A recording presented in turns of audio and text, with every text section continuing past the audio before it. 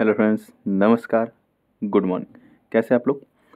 तो मैं भी सब लोग सही होंगे। यहाँ पे मैं डेली करंट करंट अफेयर की क्लास लाता हूँ, ठीक है। तो मैं स्वागत करता हूँ कोशिश के सीएम क्लासेज में। और यहाँ पे हम साप्ताहिक करंट अफेयर देखेंगे। यहाँ पे जून माह के जो 19 से लेकर 25 जून तक जो भी इंपॉर्टेंट करंट अफेयर था उसको मैं यहाँ पे बताऊँगा, ठीक है। तो आप पे मैं मैप के साथ पढ़ाता हूँ, ओके। और ये वीकली करंट अफेयर है, ठीक है, एक हफ्ते का। और एक हफ्ते का आप रिवीजन करेंगे। यहाँ पे मैं ज़्यादा डिटेल नहीं, लेकिन फिर भी जो इंपॉर्टेंट होता है उसको बताता जाता हूँ। तो आप इसको देखते जाइएगा। एक हफ्ते में जो भी मैं कुछ बताया होता है यहाँ पे जल्दी जल्दी रिवीजन करा देता हूँ, ताकि जिसका छूट जाता है एक दो क्लास वो यहाँ पे अपना कवर कर सकता है। तो आज एंजॉय करने वाला दिन है। वैसे भी हफ्ते में एक दिन आराम करना चाहिए, लेकिन फिर भी जिसका एग्जाम हो एग्जाम की तैयारी में लगा रहे। और आराम करने का मतलब ये नहीं कि पूरा दिन बर्बाद कर दें। पूरा दिन बर्बाद करने की जरूरत नहीं है, आप इसको रिवीजन कर लीजिए, ठीक है। तो आइए देने करते हुए शुरू करते हैं। मैं आपका स्वागत करता हूँ इसके सेम क्लासेस में। उससे पहले मैं एक रिक्वेस्ट करता हूँ आपसे कि आपको अगर वीडियो अच्छी लग रही हो, पढ़ाने का तरीका अच्छा लग रहा हो, कंटेंट अच्छा लग रहा हो, तो आप ज़्यादा से ज़्यादा वीडियो को शेयर, लाइक और सब्सक्राइब जरूर करें। और कुछ अगर सजेशन देना चाहते हैं तो वो भी आपका स्वागत है। सजेशन बॉक्स में या कमेंट बॉक्स में आप वहाँ पे दे सकते हैं। चलिए शुरू करते हैं। आज का पहला प्रश्न है, अभी हाल ही में किसने RSL क्रिस्टोफर ब्लैंड पुरस्कार 2023 जीता है? ये आपको बताना है। तो ये आपके ऑप्शन है, और इसका सही जवाब मैं बता दूं तो पैटरसन जोसेफ। पैटरसन जोसेफ जी को ये पुरस्कार दिया गया। और किस लिए दिया गया? क्योंकि उनकी एक पुस्तक अभी आई है, उपन्यास टाइप का है, the secret diaries of Charles Ignatius Sancho, ठीक है। तो ये चार्ल्स इग्नेशियस सांचो के ऊपर लिखे हैं ये किताब, इसलिए इनको क्रिस्टोफर ब्लेंड पुरस्कार से सम्मानित किया गया है, ठीक है। और ये हैं पैटरसन जोसेफ। ये देखिए पैटरसन जोसेफ में ये एक एक्टर है, इनकी मूवी भी शायद आपने देखा होगा।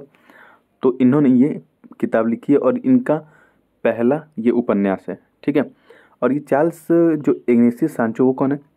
चार्ल्स इग्नेशियस सांचो इंग्लैंड के वो ऐसे व्यक्ति हैं, पहले अश्वेत व्यक्ति या काले आदमी थे जिनको वोटिंग राइट्स मिला था। तो उनके ऊपर ये उपन्यास लिखे हैं पैटरसन जोसेफ ने, ठीक है। तो इसलिए ये चर्चा में था, तो मैं आपको यहाँ बता दे रहा हूँ। बाकी जो ये ऑप्शन में इनके बारे में अगर हम लोग बात कर ले, तो ऑप्शन के बारे में देख लीजिए। अगर जॉर्ज गॉस्पिडिनो के बारे में बात किया करें तो इनको इनकी जो पुस्तक है टाइम शेल्टर, ठीक है, इन्होंने पुस्तक लिखी टाइम शेल्टर, उन उसके लिए इन्होंने इंटरनेशनल बुकर प्राइज प्राप्त किया इस बार 2023 का, ठीक है। तो 2023 का इंटरनेशनल बुकर प्राइज किसको मिला है? जॉर्ज गॉस्पिडिनो को मिला है, उनकी पुस्तक टाइम शेल्टर के लिए, ठीक है। लेकिन ये पुरस्कार इन्होंने साझा किया किसके साथ? जो एंजेला रोडेल हैं उनके साथ इन्होंने साझा किया, क्योंकि इन्होंने इसको ट्रांसलेट किया था इंग्लिश में, ठीक है। क्यों इंग्लिश में ट्रांसलेट किया? क्योंकि ये जो टाइम शेल्टर है ये बुल्गारियन लैंग्वेज में है, और ये बुल्गारियन वो लेखक हैं, ठीक है, जॉर्ज गॉस्पिडिनो। आगे चले, दामोदर मौजो की बात करें तो इनको 57 नंबर का ज्ञानपीठ पुरस्कार मिला है दामोदर मौजो जी को। और 56 नंबर का ज्ञानपीठ पुरस्कार मिला है नीलमणि फुकन जी को, ठीक है। नीलमणि फुकन जी असमिया भाषा के लेखक हैं, और जो दामोदर मौजो हैं वो कोंकणी भाषा के लेखक हैं जो गोवा से संबंध रखते हैं। और अगर अंजुम मौदगिल की बात करें तो शूटर अंजुम मौदगिल को अनुराग ठाकुर ने अर्जुन अवार्ड देकर सम्मानित किया। यानी कि अंजुम मौदगिल को अर्जुन अवार्ड मिला है, ठीक है। अभी वाई ब्रेक, ठीक है, Y break yoga at office chair पहल की शुरुआत किस देश ने की? ये आपको बताना है। तो वाई का मतलब यहाँ पे योगा से है, ठीक है। Yoga break, yoga break, yoga at office chair पहल की शुरुआत अभी हाल ही में भारत में की है, ठीक है। योगा को प्रमोट किया जा रहा है। योगा हमारे स्ट्रेस को, जो आपको जैसे काम करते उस समय में बहुत ज़्यादा स्ट्रेस आता है, गुस्सा आता है, शरीर दर्द करने लगती है, अगर आप ऑफिस वर्क करते हैं तो ऑफिस में ही योगा कर सकते हैं, इसलिए ये पहल शुरू की गई है, ठीक है। तो इसको भारत ने शुरू किया।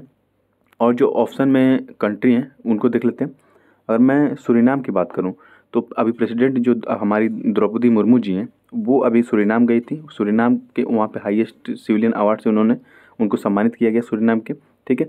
अब पपुआ न्यू गिनिया की बात करें तो पपुआ न्यू गिनिया में अभी फिपिक समिट हुआ था। पपुआ न्यू गिनिया में आपको पता होगा कि फिपिक सम्मेलन में 14 आइलैंड कंट्री और भारत शामिल थे, ठीक है। और फिजी की बात करें तो फिजी जो है यहाँ पे विश्व हिंदी सम्मेलन हुआ था, 12वां विश्व हिंदी सम्मेलन हुआ था फिजी में, ठीक है। अगर पपुआ न्यू गिनिया की बात किया जाए, ठीक है, पपुआ न्यू गिनिया की बात किया जाए तो पपुआ न्यू गिनिया और फिजी का जो हाईएस्ट सिविलियन अवार्ड है वो प्राइम मिनिस्टर नरेंद्र मोदी को इस बार दिया गया। आगे चलते हैं। इसमें मैं लोकेशन आपको दिखा देता हूँ। यहाँ पे आपको दिखेगा पपुआ न्यू गिनिया, ये है पपुआ न्यू गिनिया, और इसकी राजधानी है पोर्ट मॉर्सबी, और ये ऑस्ट्रेलिया के नॉर्थ में पड़ता है, इस बात का ध्यान रखेंगे, ठीक है। और यहाँ पे दिखेगा आपको फिजी, ओके, यहाँ पे दिखेगा फिजी जिसकी राजधानी है सुवा, और ये जो साउथ अमेरिका कॉन्टिनेंट आपको पूरा दिख रहा है, साउथ अमेरिका कॉन्टिनेंट, यहाँ पे दिखता है आपको सूरीनाम, जिसकी राजधानी है पैरामरीबो। ओके, ये अपना सुंदर भारत है ही, कौन नहीं जानता इसको।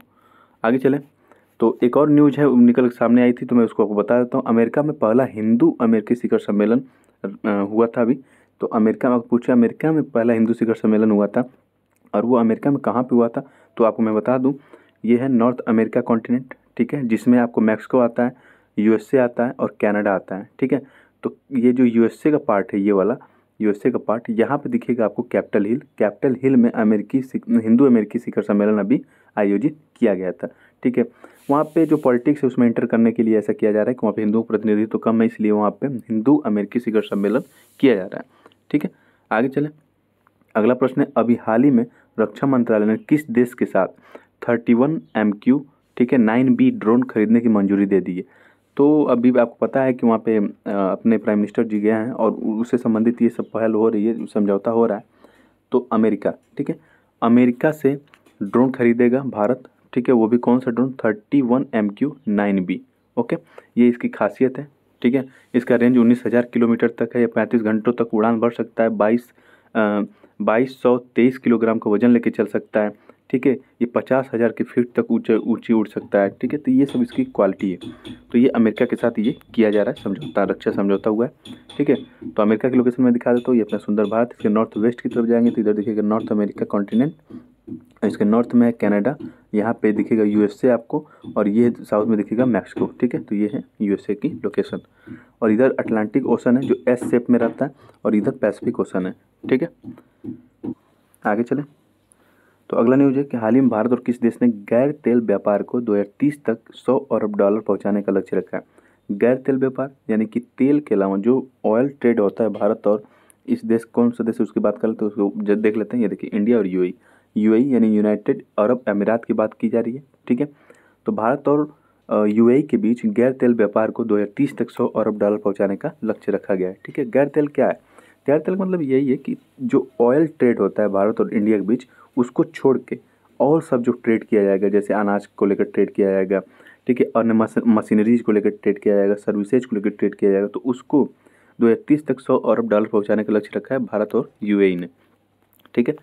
तो मैं लोकेशन दिखा दे रहा हूँ, ये अपना सुंदर भारत है, ठीक है। और इसके साउथ वेस्ट की तरफ इधर जाएंगे तो ये तो दिखेगा लाल सागर यहाँ पे, ठीक है, और यहाँ पे दिखेगा पर्शियन गल्फ, यहीं पे यूएई है।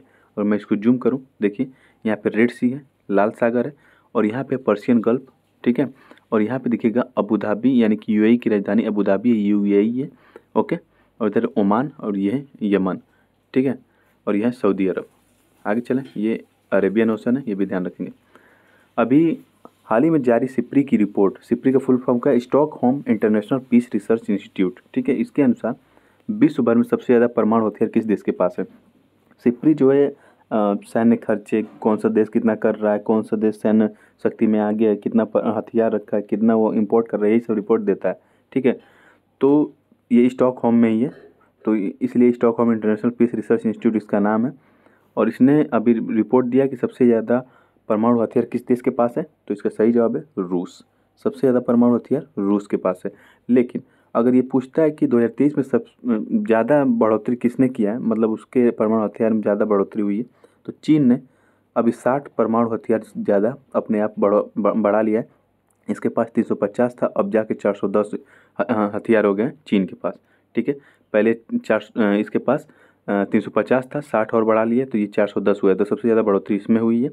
लेकिन सबसे ज़्यादा पूछे किसके पास है हथियार, तो वो है रूस के पास है, उसके बाद अमेरिका है, फिर चीन है, फिर फ्रांस, यूके, कहीं जाके पाकिस्तान के बाद 164 हथियारों के साथ इंडिया इधर आपको देखिए 1 2 3 4 5 6 7वें नंबर पे, ठीक है। तो ये है इसकी रिपोर्ट, और मैं इससे संबंधित कुछ रिपोर्ट आपको दिखा देता हूँ। जैसे कि अगर ये आपसे पूछे कि सबसे ज़्यादा आर्म एक्सपोर्टर यानी कि हथियारों का जो निर्यातक है सबसे बड़ा कौन है, तो वो है यूएसए। यूएसए 40% हथियारों का निर्यात करता है विश्व भर में, ठीक है, सबसे ज़्यादा निर्यात यूएसए करता है। अगर ये पूछा जाए कि सबसे ज़्यादा आयात कौन करता है विश्व में, तो सबसे ज़्यादा आयात इंडिया करता है। तो ये मत सोच लेना कि सबसे ज़्यादा निर्यात यूएसए करता है तो यूएसए से ही इंडिया खरीदता है, नहीं। इंडिया तो सबसे ज़्यादा विश्व भर में सबसे ज़्यादा आयात हथियारों को करता है, यानी कि अपने यहाँ हथियार सबसे ज़्यादा मंगाता है। लेकिन यूएसए से नहीं, सबसे ज़्यादा हथियार भारत रूस से लेता है। ठीक है, तो सबसे ज़्यादा देशों में, मतलब विश्व भर में सबसे ज़्यादा हथियार बेचने वाला देश है अमेरिका। ठीक है, और भारत सबसे ज़्यादा खरीदता है रूस से। और पूछे भारत विश्व में सबसे ज़्यादा खरीदने वाला, हथियार खरीदने वाला देश कौन है, तो वो है भारत। ठीक है, आगे चलें। तो अगला प्रश्न देखते हैं यहाँ पे ये बताना है कि तीसरा खेलो इंडिया यूनिवर्सिटी गेम्स का आयोजन उत्तर प्रदेश के किस शहर में नहीं किया गया, ये आपको बताना है। ठीक है, तो इसका सही जवाब है कानपुर। कानपुर में तीसरे खेलो इंडिया यूनिवर्सिटी गेम्स का आयोजन नहीं किया गया। कहाँ कहाँ किया गया, गोरखपुर में, वाराणसी में, गौतम बुद्ध नगर में और लखनऊ में किया गया। यहाँ पे कानपुर इसका सही जवाब नहीं होगा। ठीक है, तो ये देखिए, इस बार के जो शुभंकर था वो जीतू नाम का था। और जीतू किसको कहा गया, जो बारहसिंगा है उत्तर प्रदेश का राजकीय पशु, उसे शुभंकर बनाया गया था। ठीक है, आगे चलें। तो निम्नलिखित में से किस स्कॉर्पियन श्रेणी की पनडुब्बी को 2024 की शुरुआत में भारतीय नौसेना में शामिल किया जाएगा, तो इसका सही जवाब है INS वागसीर। ठीक है, वागीर को 2023 की शुरुआत में शामिल कर लिया गया, 2024 की शुरुआत में वागसीर को शामिल किया जाएगा। ठीक है, तो ये देखिए, कलवरी शामिल हो चुकी, खंडेरी शामिल हो चुकी, करंज, वेला, वागीर भी शामिल हो चुकी है। अब 2024 में वागसीर को शामिल किया जाएगा। और ये स्कॉर्पियन श्रेणी की ये सब पनडुब्बियाँ हैं। ठीक है, स्कॉर्पियन श्रेणी की पनडुब्बी और प्रोजेक्ट 75 के तहत इनको बनाया जा रहा है। बहरीन पैरालंपिक चैंपियनशिप SL3 वर्ग में पुरुषों की एकल प्रतियोगिता किसके द्वारा जीती गई, तो अगर आप तस्वीर देख के समझ गए होंगे तो ये हैं प्रमोद भगत जी। ठीक है, पैरालंपिक से संबंधित है, यानी कि ये दिव्यांग होंगे। ठीक है, तो इनका संबंध बिहार से है और बिहार मैप में यहाँ दिखेगा आपको। ठीक है, यहाँ पे है बिहार, जिसकी बाउंड्री नेपाल से भी लगती है। तो ये है, अगर बहरीन की लोकेशन की बात करें तो यहाँ पे दिखेगा सुंदर भारत, इसके नॉर्थ वेस्ट की तरफ जाएंगे तो यहाँ पे दिखेगा बहरीन। ठीक है, इसको जूम करते हैं, ये देखिए बहरीन है, ये इसके मनामा में ये आयोजन हुआ था प्रतियोगिता का। अभी हाल ही में विश्व स्वास्थ्य संगठन द्वारा संक्रामक रोगों का पता लगाने के लिए और उन्हें रोकने के लिए किस वैश्विक नेटवर्क को लॉन्च किया गया था, ये आपको बताना है।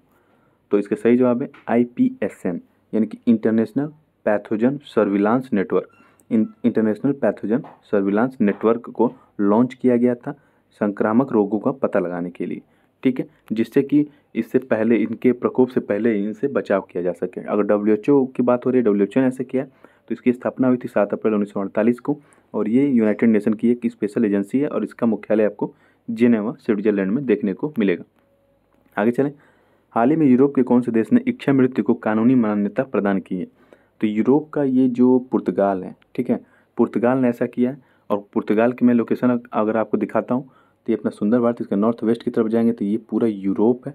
ठीक है, तो ये पूरा यूरोप है। यहाँ पे आप देखेंगे पुर्तगाल, तो जो मैं जूम कर देता हूँ, यहाँ पुर्तगाल दिखेगा आपको, जो स्पेन से लगा हुआ है। ठीक है, स्पेन से लगा हुआ है ये पुर्तगाल, इधर स्पेन दिखेगा, इधर आपको पुर्तगाल दिखेगा। पुर्तगाल की राजधानी लिस्बन है। और ये पुर्तगाल पूरा ये जो अटलांटिक ओशन है उससे बॉर्डर बनाता है। आगे चलें। तो हाल ही में ऑर्डर ऑफ ऑस्ट्रेलिया सम्मान से किस भारतीय को सम्मानित किया गया, ये आपको बताना है। इसका सही जवाब है रतन टाटा। रतन टाटा जी को ऑर्डर ऑफ ऑस्ट्रेलिया सम्मान से सम्मानित किया गया। तो यह है ऑस्ट्रेलिया का मैप। ठीक है, इसके जो स्टेट हैं वो देख लीजिए। वेस्टर्न ऑस्ट्रेलिया, ये वेस्ट में पड़ता है इसलिए ये वेस्टर्न ऑस्ट्रेलिया।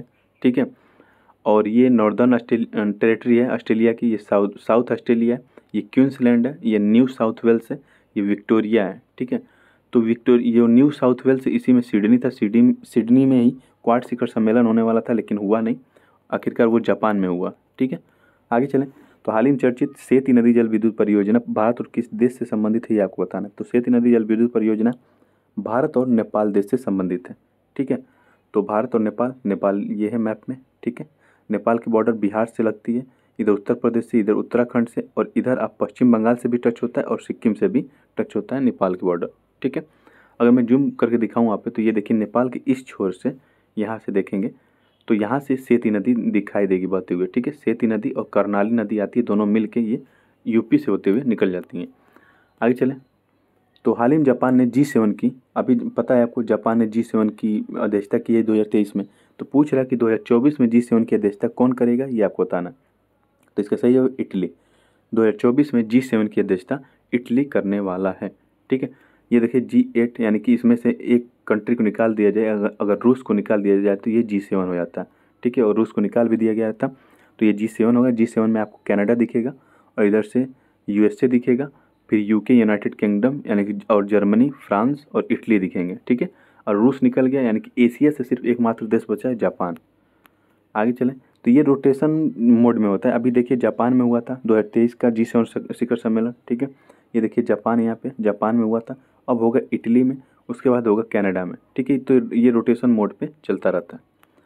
आगे चलें, हाल ही में शुरू समर्थ अभियान का उद्देश्य क्या है ये आपको बताना है। तो समर्थ अभियान, इसका उद्देश्य है कि जो ग्राम पंचायतें हैं, ठीक है, ग्राम पंचायतें हैं, गांव लेवल पे ग्राम पंचायत, जैसे कि मान लीजिए आपका स्टेट है, मान लीजिए आप यूपी से बिलोंग करते हैं तो यूपी है, ठीक है। यूपी में आप जिस जिले से बिलोंग करते हैं तो वो डिस्ट्रिक्ट यहाँ पे होगा। डिस्ट्रिक्ट में जिस गांव से ग्राम सभा से सॉरी जिस ब्लॉक से आप बिलोंग करते हैं तो ब्लॉक में होती हैं ग्राम पंचायतें। तो ग्राम पंचायत स्तर पर डिजिटल लेन देन को बढ़ावा दिया जाएगा। तो डिजिटल लेन देन को ग्राम पंचायत स्तर पर बढ़ावा देने के लिए समर्थ अभियान लॉन्च किया गया है। इसमें ज़्यादातर महिलाओं को सपोर्ट किया जाएगा। केंद्रीय गृह एवं सहकारिता मंत्री अमित शाह जी ने कहाँ पर 10वें नेशनल फॉरेंसिक साइंस यूनिवर्सिटी का शिलान्यास किया। तो ये forensic science university, forensic science को आप जानते होंगे, जैसे कि अगर कहीं मर्डर वगैरह हो जाता है, चोरी हो जाती है, तो क्या करते हैं फॉरेंसिक साइंस वाले, पहले पहुँचते हैं वहाँ पे, वहाँ से जो भी प्रूफ हो दिखते हैं, जो भी निशान देखते हैं, जैसे कि हाथ का निशान हो, पैर का निशान हो, किसी भी चीज़ का कुछ भी साइन हो, अगर वो देखते हैं तो उसको कलेक्ट करते हैं और फॉरेंसिक साइंस की मदद से पता लगाने की कोशिश करते हैं कि ये हादसा हुआ कैसे और किसने किया, ठीक है। तो इस तरह की यूनिवर्सिटी 10वीं यूनिवर्सिटी खोली जा रही है। तो कहाँ पे खोली जाती है? गुवाहाटी, असम में। तो ये पूर्वोत्तर क्षेत्र में इस तरह की कोई यूनिवर्सिटी नहीं थी, तो वहाँ पे ये यूनिवर्सिटी खोल दी गई है, ठीक है। जिससे कि ये क्या होगा वहाँ पे कि अगर पूर्वोत्तर साइड में यूनिवर्सिटी खोल दी गई है तो यहाँ पे जितने भी स्टूडेंट होंगे यहीं पे असम के गुवाहाटी में जाएंगे पढ़ने के लिए। उनको यहाँ से पढ़ने के लिए फॉरेंसिक साइंस दिल्ली, मुंबई या अदर स्टेट में नहीं जाना पड़ेगा, ठीक है। तो ये उसका फ़ायदा होगा। और अगर इससे संबंधित एक और प्रश्न की बात करें तो अगर ये पूछ ले आपसे कि अगर कोई एक फॉरेंसिक साइंस यूनिवर्सिटी खोली गई है भारत से बाहर, तो वो किस देश में खोली गई है? तो युगांडा में खोली गई है फॉरेंसिक साइंस यूनिवर्सिटी, ठीक है। और ये है युगांडा का मैप। इसकी राजधानी कंपाला दिखेगी आपको और इसमें माउंट स्टैनली दिखेगा और इसकी बाउंड्री जो है लेक विक्टोरिया से लगती हुई नज़र आएगी और यहीं से नील नदी होके गुजरती है, ठीक है। आगे चलें तो अभी इसी टाइप का एक प्रश्न पूछा गया था कि एक डिकिन यूनिवर्सिटी था, डिकिन यूनिवर्सिटी है ऑस्ट्रेलिया का, उसने भारत में अपना ब्रांच खोला था। कहाँ पे? तो वो गुजरात के निफ्ट सिटी में खोला था, ठीक है, निफ्ट कह रहे हैं गिफ्ट सिटी में खोला था, ठीक है। तो इस बात का ध्यान रखेंगे। आगे चलें, अगला प्रश्न देखते हैं। प्रधानमंत्री नरेंद्र मोदी अभी हाल ही में किन 2 देशों के आधिकारिक यात्रा पर गए हैं ये आपको बताना है, ठीक है। तो पहले तो वो संयुक्त राज्य अमेरिका को विजिट करेंगे, यूएसए को विजिट करेंगे, उसके बाद मिस्र को विजिट करेंगे, ठीक है। ये है संयुक्त राज्य अमेरिका के राष्ट्रपति जो बाइडेन और ये हैं मिस्र के राष्ट्रपति अब्देल अल फतेह अल सीसी, ठीक है। तो ये उनका नाम है। अगर मैं लोकेशन की बात करूँ तो ये अपना सुंदर भारत है। पहले तो ये जाएंगे यहाँ पे, ठीक है, अमेरिका जाएंगे, उसके बाद रिटर्न आते समय ये मिस्र जाएंगे, ठीक है। तो ये है मिस्र लोकेशन में। यहाँ पे यूएसए आपको दीजिएगा, नॉर्थ में कनाडा, साउथ में मैक्सिको और यहाँ पे आपको दिखेगा इजिप्ट यानी कि मिस्र। इसकी राजधानी है कायरो, ठीक है, कैरो। और इसकी बाउंड्री लाल सागर और इधर भूमध्य सागर से भी लगती है। और इसके जो राष्ट्रपति थे मिस्र के, वो भारत में गणतंत्र दिवस पे जो है मुख्य अतिथि के तौर पे आए थे। ओके, तो आगे चलें। तो अगला प्रश्न, 21 जून को मनाए जा रहे अंतर्राष्ट्रीय योग दिवस के संदर्भ में निम्नलिखित में से कौन सा कथन सत्य है ये आपको बताना है। क्या इस वर्ष की थीम वसुधैव कुटुंबकम के लिए योग है? सही है, वसुधैव कुटुंबकम के लिए योग है। इस बार की थीम 21 जून को मनाया जा रहा है जो अंतर्राष्ट्रीय योग दिवस। दूसरा कथन है कि योग को विश्व पटल पे नरेंद्र मोदी द्वारा 27 सितंबर 2014 को संयुक्त राष्ट्र महासभा के 69वें सत्र के उद्बोधन में लाया गया था। तो ये भी सही है। ये सिर्फ जानकारी के लिए ही रखता हूँ इस तरह का प्रश्न, तो इस बात को याद रखेंगे। तो इसका कथन ए और 1 और 2 दोनों सही है। योग करिए, निरोग रहिए। 21 जून को क्यों ये सब मनाया गया तो मैं आपको डिटेल बता चुका हूँ, लेकिन फिर भी मैं यहाँ पे बता दे रहा हूँ क्योंकि देखिए 21 जून को पहले 27 सितंबर 2014 को यूएन में ये पास कराया गया कि हाँ चलिए ठीक है 21 जून को मनाया जाएगा। तो 11 दिन 2-2.5 महीने के अंदर 11 दिसंबर को सभी देशों ने स्वीकार कर लिया कि 21 जून को मनाया जाएगा अंतर्राष्ट्रीय योग दिवस। वो भी क्यों? क्योंकि 21 जून को सबसे बड़ा दिन होता है, इसलिए ऐसा निर्णय लिया गया था, ठीक है। अभी हाल ही में विश्व शरणार्थी दिवस कब मनाया गया ये आपको बताना। तो इसका सही जवाब है 20 जून। 20 जून को विश्व शरणार्थी दिवस अभी हाल ही में मनाया गया। शरणार्थी यानी कि रेफ्यूजी जिसे बोलते हैं, ठीक है।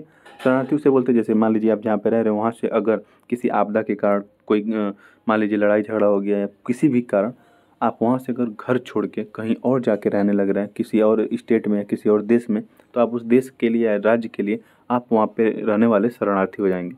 ठीक है, तो ऐसे लोगों को उनको सपोर्ट करने के लिए, उनके आत्मविश्वास बढ़ाने के लिए इस तरह का दिवस मनाया जाता है। ठीक है, आगे चलें। अगला प्रश्न, अभी हाल ही में कौन सा राज्य देश के पहले मोटो जीपी इवेंट की मेजबानी करेगा? ठीक है, मोटो जीपी इवेंट क्या है? ये एक बाइक रेसिंग से संबंधित इवेंट होगा। ठीक है, कार्यक्रम होगा। तो ये ग्रैंड प्रिक्स है, बाइक रेसिंग का ग्रैंड प्रिक्स है। ठीक है, तो ये अभी उत्तर प्रदेश में होने वाला है मोटो जीपी इवेंट। ठीक है, इस बात का थोड़ा सा ध्यान रखेंगे, उत्तर प्रदेश में होने वाला है। और उत्तर प्रदेश में ये कहाँ पे होगा? तो उत्तर प्रदेश में ये आपको ग्रेटर नोएडा, ठीक है, ग्रेटर नोएडा गौतम बुद्ध नगर में होगा। और ये है उत्तर प्रदेश की लोकेशन अपने सुंदर भारत में। और जूम करता हूँ तो ये है इसकी राजधानी लखनऊ, और इधर दिखेगा आपको ग्रेटर नोएडा। आगे चलें। हाल ही में किसे यूरोपीय निबंध पुरस्कार 2023 से सम्मानित किया गया, ये आपको बताना है। यूरोपीय निबंध पुरस्कार यानी कि यूरोप में जो निबंध पुरस्कार संबंधित जो अवार्ड दिए जाते हैं, तो इस बार अरुंधति राय को दिया गया। यह है अरुंधति राय, इनको ये सम्मान दिया गया है। ठीक है, ये पुरस्कार किस लिए दिया जाता है ये मैं आपको बता देता हूँ। तो ये पुरस्कार इसलिए दिया जाता है क्योंकि अगर वहाँ पे जो भी सोशल यानी कि समाज से संबंधित जो बुराइयां हैं उनको उजागर अगर किया जा रहा है, पॉलिटिक्स में जो बुराइयां हैं उनको उजागर किया जा रहा है, कुप्रथाओं को दिखाया जा रहा है, ठीक है, तो ये पुरस्कार दिया जाता है। तो इन्होंने आज़ादी नामक अपनी पुस्तक में इस तरह की बातें बताई हैं, इसलिए इनको यूरोपीय निबंध पुरस्कार से अरुंधति राय को सम्मानित किया गया। ठीक है, आगे चलें। स्पेस एक्स ने किस देश के लिए शास्त्रीय संचार उपग्रह लॉन्च किया है? स्पेस एक्स एलोन मस्क की कंपनी है, आपको पता ही है। एलोन मस्क ने अभी हाल ही में मोदी का फ़ैन होने का दावा किया। उन्होंने कहा कि मैं मोदी का बहुत बड़ा फ़ैन हूँ। ठीक है, तो स्पेस एक्स जो है एलोन मस्क की कंपनी है, और इसने शास्त्रीय वन संचार उपग्रह यानी कि कम्युनिकेशन सैटेलाइट लॉन्च किया है। तो ये किस देश की कम्युनिकेशन सैटेलाइट है? तो इंडोनेशिया।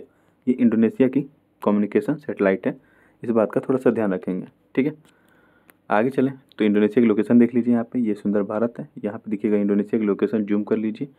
ये है इंडोनेशिया का पूरा लोकेशन, ये पूरा इंडोनेशिया में आता है। इसकी राजधानी है जकार्ता। ठीक है, आगे चलें। तो अगला प्रश्न है कि स्थानीय प्रकाशकों की सहायता के लिए किसने भारतीय भाषा कार्यक्रम का आयोजन किया है? तो स्थानीय प्रकाशकों की सहायता के लिए अभी हाल ही में गूगल ने भारतीय भाषा कार्यक्रम को स्टार्ट किया है। भारतीय भाषा कार्यक्रम क्या है कि जो भी लोकल लेवल पे जो न्यूज़ चैनल हैं, न्यूज़ पत्रिकाएं जैसे मैगजीन है, ठीक है, उनको सपोर्ट किया जाएगा। न्यूज़ एजेंसियां हैं उनको सपोर्ट किया जाएगा कि आप जैसे उनको बताया जाएगा किस तरह से आप डिज़ाइन करिए न्यूज़ को, ठीक है, कहाँ पे कौन सी न्यूज़ लगाइए, इसका डिज़ाइन फ्रेमवर्क क्या होगा, तो इस तरह के सपोर्ट करेगा गूगल। तो अभी ये अंग्रेजी, हिंदी, कन्नड़, तमिल, तेलुगु, बंगाली, मलयालम आदि भाषाओं के लिए ये कार्यक्रम चलाया जा रहा है। बाकी बाद में अन्य भाषाओं को जोड़ा जाएगा। ये है सुंदर पिचाई जो गूगल के सीईओ हैं। ठीक है, आगे चलते हैं। रा के नए प्रमुख कौन होंगे ये आपको बताना है। तो रा के नए प्रमुख होंगे रवि सिन्हा जी। ये इनकी तस्वीर है, रवि सिन्हा जी। और रा का फुल फॉर्म होता है रिसर्च एंड एनालिसिस विंग, अनुसंधान और विश्लेषण विंग। ठीक है, अगर हम ठीक है, ये रॉ है। रॉ क्या आपको बारे में बताइए? रॉ एजेंट नाम सुना होगा, रॉ एजेंट से सलमान खान की मूवी हमने देखा होगा, एक था टाइगर, वो था रॉ एजेंट उसमें। ठीक है, तो रॉ एजेंट का वही काम होता है जो उसमें सलमान खान करता है, लेकिन उसमें कुछ मूवी में हाई फाई दिखाई देते हैं। तो ठीक है, आगे चलें। अगला प्रश्न है कि एशियाई तलवारबाजी चैंपियनशिप में पदक जीतने वाली पहली भारतीय तलवारबाज कौन बनी है ये आपको बताना है। पहली भारतीय तलवारबाज ये रही, इनका नाम है भवानी देवी। ये है भवानी देवी, और ये तलवारबाजी संबंधित है, इस बात को भी आप ध्यान रखेंगे। ठीक है, तो इसका सही जवाब है ऑप्शन ए। आगे चलते हैं। तो ये देखिए भवानी देवी। फेंसिंग, तलवारबाजी को फेंसिंग भी कहते हैं, इस बात को थोड़ा ध्यान पूछ लेगा सीधे फेंसिंग से संबंधित कौन है, तो फेंसिंग आप कहेंगे ये क्या होता है, तो ये है तलवारबाजी। तलवारबाजी को ही फेंसिंग कहा जाता है। ठीक है, चलिए आगे चलते हैं। ये दरअसल ये संबंध रखती हैं चेन्नई से। ठीक है, ये तमिलनाडु के चेन्नई से हैं, इस बात को हल्का सा ध्यान रखेंगे। तजिंदर पाल सिंह तूर किस खेल से संबंधित है ये आपको बताना है। तजिंदर पाल सिंह तूर, ये खेल को अगर आप देखे होंगे तो आप समझ जाएंगे। ये है गोला फेंक। ठीक है, ये गोला है, भाला नहीं है, गोला है। गोला ये फेंकते हैं। ठीक है, ये गोला फेंक रहे हैं, देखिए गर्दन कैसे लगा के ऐसे ऐसे तेजी से यहाँ फेंक देंगे। तो ये गोला फेंक से संबंधित है। ठीक है, तजिंदर सिंह पाल तूर। और इन्होंने अभी हाल ही में अपने रिकॉर्ड इन्होंने तोड़ दिया है। ठीक है, पहले इनका रिकॉर्ड था 21.77 मीटर, अब उसको ही तोड़ दिया, इन्होंने ब्रेक कर दिया है। ठीक है, तो और पूछ दिया फिर तजिंदर सिंह पाल तुर कौन है, तो गोला फेंक से संबंधित है, जिसे हम इंग्लिश में शॉर्ट पुट भी कहते हैं। ठीक है, शॉर्ट पुट, शॉर्ट पुट। चलिए आगे चलते हैं। ये पंजाब से बिलोंग करते हैं, तजिंदर सिंह पाल। नेक्स्ट आगे चलने से पहले मैं ओशन रिंग ऑफ योगा की बात बता देता हूँ, सिंपल एक लाइन में।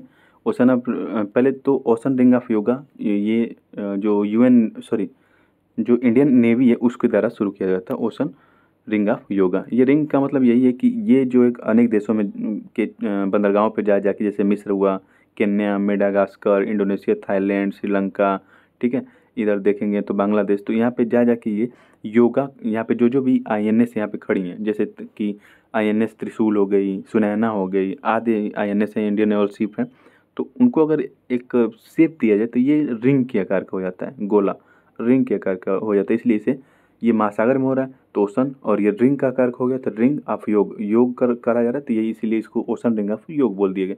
और ये इंडियन नेवी द्वारा शुरू किया गया। अगर ये पूछ ले कि इंडियन आर्मी द्वारा कौन सा शुरू किया गया, तो भारतमाला योगा, यानी कि भारतमाला योगा, यानी कि ये है कि इंडियन आर्मी क्या कर रही है, भारत के विभिन्न देशों स्थानों पर, जैसे कि लद्दाख में, गुजरात में, ठीक है, तमिलनाडु में, इधर असम, अरुणाचल प्रदेश आदि हिस्सों में ये एक माला की तरह आकृति में यहाँ पे योगा ये लोग कर रहे हैं अलग जगह, तो ये आकृति माला जैसी हो जा रही है, इसलिए इसे भारतमाला कहा जा रहा है। तो भारतमाला इंडियन आर्मी, और ocean ring of yoga Indian navy. ठीक है, आगे चलें। भारत के किस शहर ने योग के एक सत्र के लिए एक स्थान पर सबसे अधिक लोगों के एकत्र होने का गिनीज वर्ल्ड रिकॉर्ड कायम किया है? गिनीज वर्ल्ड रिकॉर्ड जो अजीब काम, यानी कि बहुत स्पेशल काम करते हैं उनके लिए होता है। यहाँ पे बहुत ज़्यादा भीड़ लग गई, स्पेशल ही काम है किसी इवेंट के लिए, और योगा के लिए हुआ है, तो यहाँ पे कम से कम 1 लाख से ज़्यादा लोग इकट्ठा हुए थे। ठीक है, ऐसा कहीं नहीं अभी देखा गया। तो ये सूरत की बात हो रही है, सूरत गुजरात में ऐसा हुआ है, और उसे गिनीज वर्ल्ड रिकॉर्ड में शामिल कर लिया गया। ठीक है, अगर कोल्लम की बात करें तो भारत का पहला संविधान साक्षर जिला कोल्लम है, और ये केरल में है। बालासोर उड़ीसा में ट्रेन एक्सीडेंट हुआ था, आपको पता ही है। Ahmedabad Gujarat, CREDAI garden people's park वहाँ पे बनाया गया है। ठीक है, तो ये देखिए, ये गुजरात की लोकेशन है, ये उड़ीसा की लोकेशन है, ये है केरल। आगे चलें। अभी हाल ही में कहाँ पर राष्ट्रीय विज्ञान केंद्र एवं डिजिटल प्लेनेटोरियम, पहली बात आप समझ लीजिए, प्लेनेट का घर होता है। प्लेनेट घर किसे कहते हैं? तारामंडल। ठीक है, ये तारामंडल हिंदी में इसको बोलते हैं प्लेनेटोरियम को, और ये डिजिटल तरीके से दिखाया जा रहा है। और कहाँ पे बनाया जा रहा है? तो इसका सही जवाब है कोटा, राजस्थान में इस तरह का पहला राष्ट्रीय विज्ञान केंद्र बनाया जा रहा है और डिजिटल प्लेनेटोरियम बनाया जा रहा है। तो इस बात को आप ध्यान रखेंगे। ये बाहर से दिखने में ऐसा होता है, अंदर से दिखने में ऐसा होता है। इसमें आपको स्पेस से संबंधित बहुत ही जानकारी दी जाती है, रोचक जानकारी दी जाती है, साइंस से संबंधित रोचक जानकारी दी जाती है। मैप में आप ये देख लीजिए, यहाँ राजस्थान है, इसकी बाउंड्री पाकिस्तान से लगती है।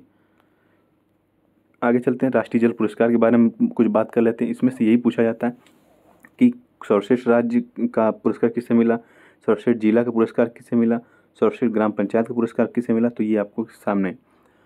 तो ये चौथा था। पहली बात राष्ट्रीय जल पुरस्कार, ये चौथा एडिशन था इस बार का। ठीक है, इसे जल शक्ति मंत्रालय द्वारा लॉन्च किया जाता है या दिया जाता है, और 11 श्रेणियों में दिया जाता है। इसमें 41 विजेता थे। सर्वश्रेष्ठ राज्य का जो दर्जा है वो मध्य प्रदेश को मिला था, और सर्वश्रेष्ठ जिला का जो दर्जा है वो गंजम उड़ीसा को मिला था, और सर्वश्रेष्ठ ग्राम पंचायत का दर्जा जगन्नाथपुरम ग्राम पंचायत तेलंगाना को मिला था। ठीक है, तो आप मैप में देख लीजिए, ये है मध्य प्रदेश सर्वश्रेष्ठ राज्य, सर्वश्रेष्ठ जिला गंजम यहाँ उड़ीसा में दिखेगा यहाँ पे आपको, और ये ग्राम पंचायत तेलंगाना में दिखेगी।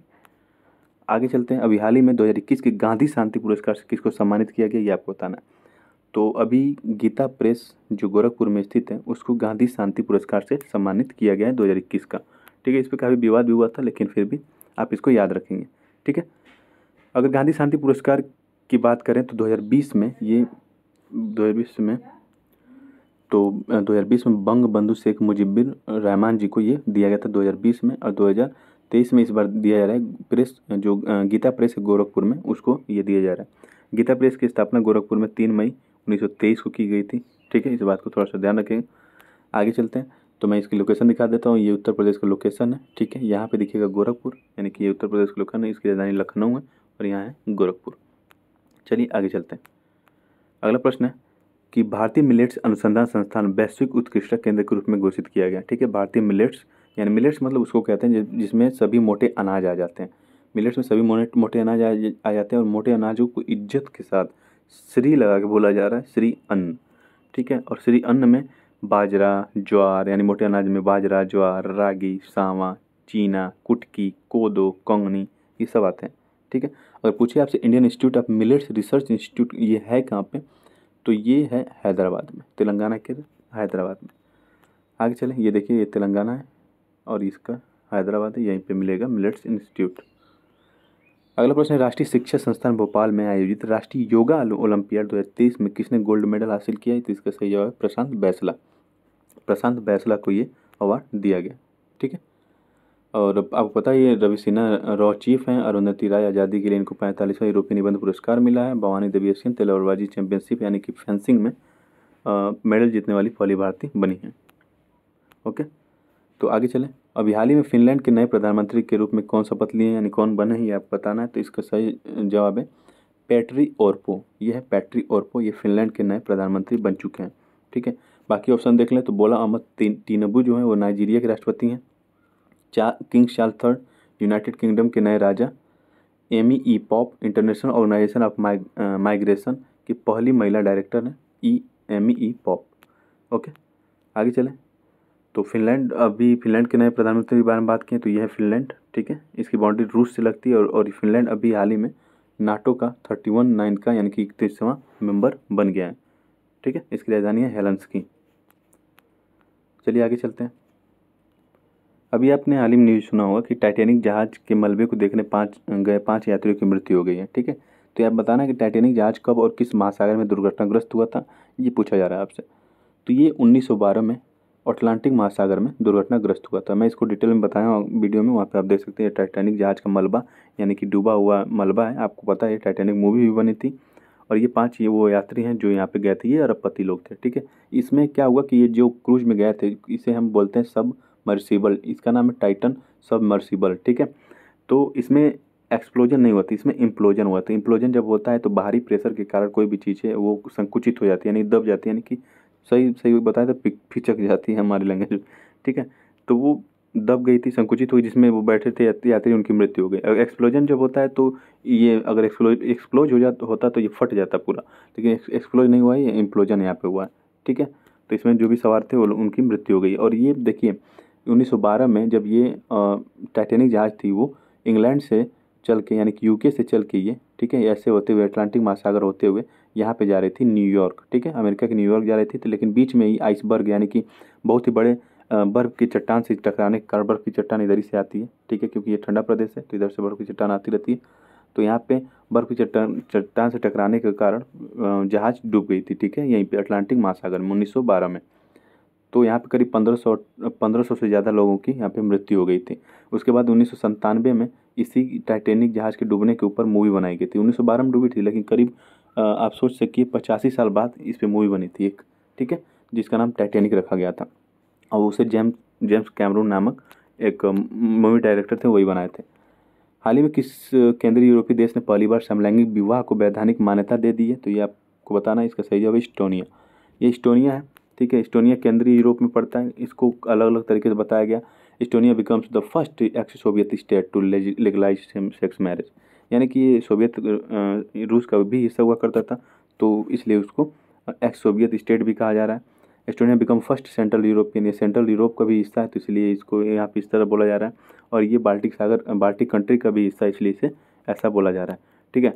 बाल्टिक कंट्री कौन कौन सी है ये देखिए, एस्टोनिया है, लाटविया है, लिथुआनिया है। बाल्टिक कंट्री इसलिए बोला जाता है क्योंकि ये बाल्टिक सी से यहाँ पे बाउंड्री बना रही, इसलिए इसको बाल्टिक कंट्री यहाँ पे बोला जा रहा है। और इसमें कल्चर सांस्कृतिक रूप से भी ये लोग सेम होते हैं। आगे चलें तो अगर सेम सेक्स मैरिज की बात हो रही थी तो भारत में ये अभी लीगल नहीं है, लेकिन जो समलैंगिक संबंध है, ठीक है, तो वो उसको भारत में इलीगल, मतलब वो ठीक है, समलैंगिक संबंध बना रहे हैं तो कोई दिक्कत नहीं है, लेकिन अभी शादी को लेकर अभी कोई भी फैसला नहीं आया है भारत में।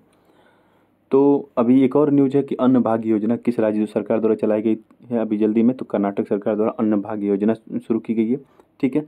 और महाराष्ट्र की बात करें तो महाराष्ट्र ने अभी Maharashtra become first state in India to introduce universal health care policy, यानी कि महाराष्ट्र ने भारत का पहला ऐसा राज्य बन गया जो यूनिवर्सल हेल्थ केयर पॉलिसी लाया है, ठीक है।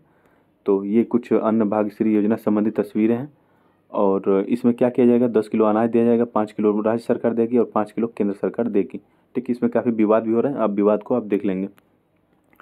तो ये मैप में आपको कर्नाटक दिखाई देगा यहाँ पे। आगे चलें। अभी हाल ही में किसे भारतीय रिजर्व बैंक का डिप्टी गवर्नर नियुक्त किया गया? ये वो महाशय हैं जिनको ये डिप्टी गवर्नर नियुक्त किया गया, तो इनका नाम है स्वामीनाथन जानकी रमन। स्वामीनाथन जानकी रमन को अभी हाल ही में डिप्टी गवर्नर नियुक्त किया गया है, ठीक है। रवि सिन्हा रॉ चीफ है। एस सोमनाथ ये इसरो के चीफ हैं, ठीक है। एस सोमनाथ इसरो के चीफ हैं। रवि सिन्हा रॉ के चीफ हैं, ठीक है। प्रवीण कुमार श्रीवास्तव ये सीवीसी, ठीक है, विजिलेंस कमिश्नर बने हैं, ठीक है। तो आगे चलें।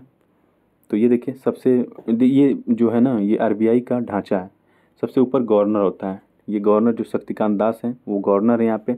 इनके नीचे होते हैं डिप्टी गवर्नर जो 4 होते हैं, अभी 3 थे, अभी अभी जानकी रमन की नियुक्ति हो गई तो ये लोग 4 हो गए हैं, ठीक है। तो ये ढांचा आप देख लेंगे। आगे चलिए। अगर आरबीआई की बात करें तो इसकी स्थापना जो हुई थी 1934 के आरबीआई एक्ट के द्वारा 1 अप्रैल 1935 को हुई थी, और 1 जनवरी 1949 को इसका राष्ट्रीयकरण हुआ था, ठीक है। इसका मुख्यालय आपको मुंबई में देखने को मिलेगा। आगे चलते हैं। तो अभी हाल ही में किसे जर्मन पीस प्राइज 2023 से सम्मानित किया गया, ये आपको बताना है। जर्मन पीस प्राइज तो ये है सलमान रुश्दी जी। इनको जर्मनी का जो प्रेस्टिजियस पीस प्राइज है उसे इनको सम्मानित किया गया, ठीक है। तो वो है सलमान रुश्दी जी। और शक्तिकांत दास, इनके बारे में बता दें तो इन्हें अब गवर्नर ऑफ ईयर का अवार्ड दिया गया है शक्तिकांत दास को, ठीक है। जो रिजर्व बैंक ऑफ इंडिया के चीफ है शक्तिकांत दास, इन्हें गवर्नर ऑफ द ईयर का अवार्ड दिया गया है। अगर मैं जगदीश एस बाकन की बात करूँ तो इन्हें मिशेल बतीसी अवार्ड दिया गया यूनेस्को द्वारा, ठीक है। और प्रेसिडेंट द्रौपदी मुर्मू की बात करें तो इन्हें सूरीनाम का हाईएस्ट सिविलियन अवार्ड से सम्मानित किया गया। अभी हाल ही में एक न्यूज़ निकल के सामने आई थी कि जो पाकिस्तान के हायर शिक्षण यानी हायर एजुकेशन इंस्टीट्यूट है, उन्होंने होली पे प्रतिबंध लगा दिया, यानी भारत के जो त्यौहार होली है उस पर प्रतिबंध लगा दिया।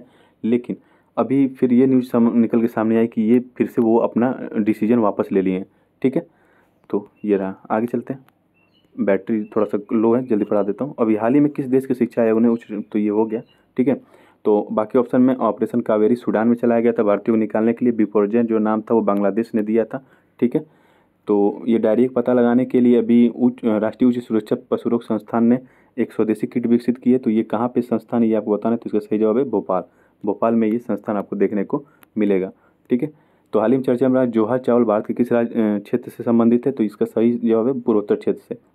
जोहा चावल क्यों चर्चा में था जोहा चावल, इसको मैं यहाँ पे दिखा देता हूँ। ये ब्लड ग्लूकोज और डायबिटीज़ को कंट्रोल करने में बहुत ही आसानी से साथ देगा, इसलिए ये बहुत ही इंपॉर्टेंट है। तो जोहा चावल ये है पूर्वोत्तर क्षेत्र भारत का, यहीं पे ये जोहा चावल उगाया जाता है। तो फिलहाल आज के करंट में इतना ही। कैसा लगा आपको वीडियो कमेंट बॉक्स में लिख के ज़रूर बताएं। Thank you. जय हिंद।